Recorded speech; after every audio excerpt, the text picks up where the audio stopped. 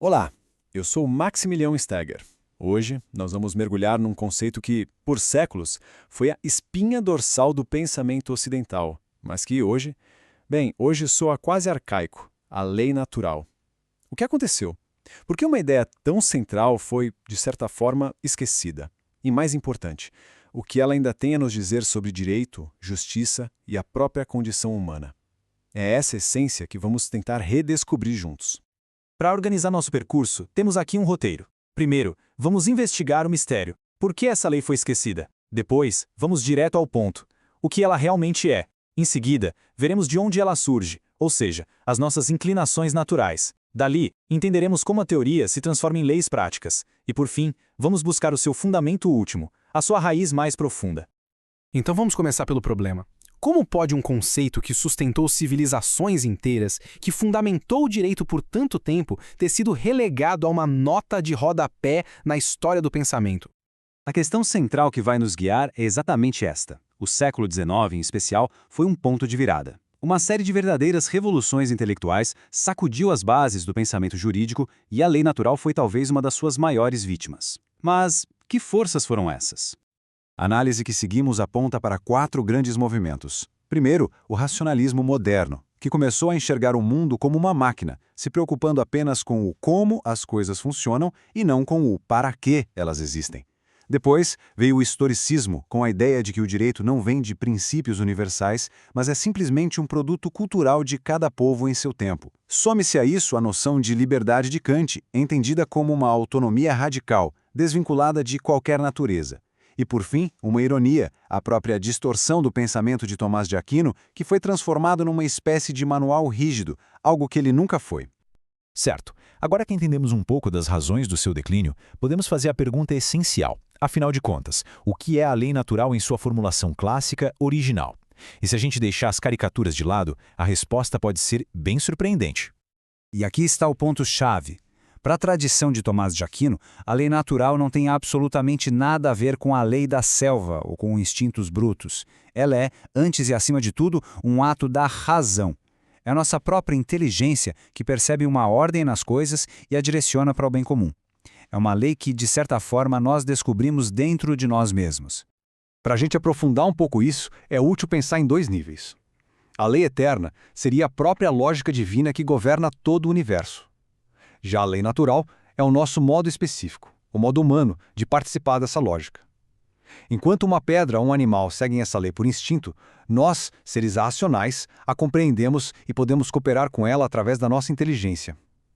Nós somos, portanto, participantes conscientes dessa ordem.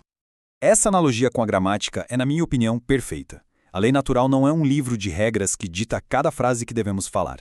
Pelo contrário, ela nos dá as ferramentas, os princípios básicos para que a nossa própria razão possa construir um discurso moral coerente, uma ação justa, adaptada a cada situação concreta da vida.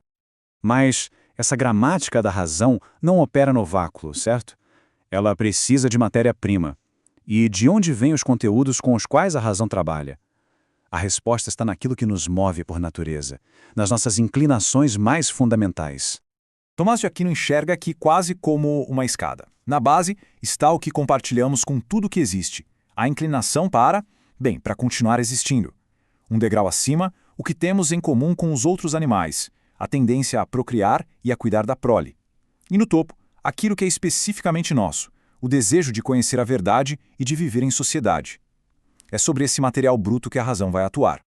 E isso nos leva a um ponto fundamental sobre a relação entre razão e paixão.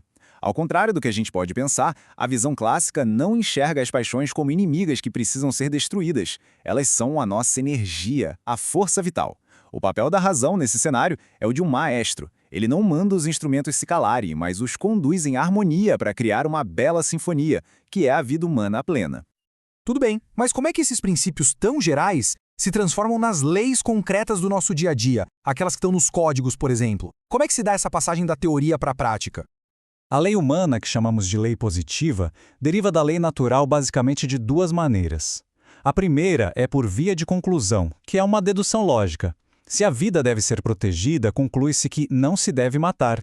Simples. Esse preceito tem a força da própria lei natural. A segunda maneira é por via de determinação. A lei natural exige que haja ordem no trânsito, por exemplo, mas é a razão humana que vai determinar se o limite de velocidade será 80 ou 100 km por hora. Essa é uma aplicação prática, contingente. E o exemplo histórico mais clássico dessa via de conclusão é o Decálogo, os 10 Mandamentos. Para essa tradição de pensamento, eles são vistos como uma das primeiras e mais bem-sucedidas tentativas de traduzir os princípios mais evidentes da lei natural em regras claras para a vida em comunidade. Chegamos então à base de todo este edifício. Já vimos o que é a lei, de onde ela vem, como ela funciona, mas falta a pergunta final. O que a sustenta? Qual é, de fato, a sua fundação última?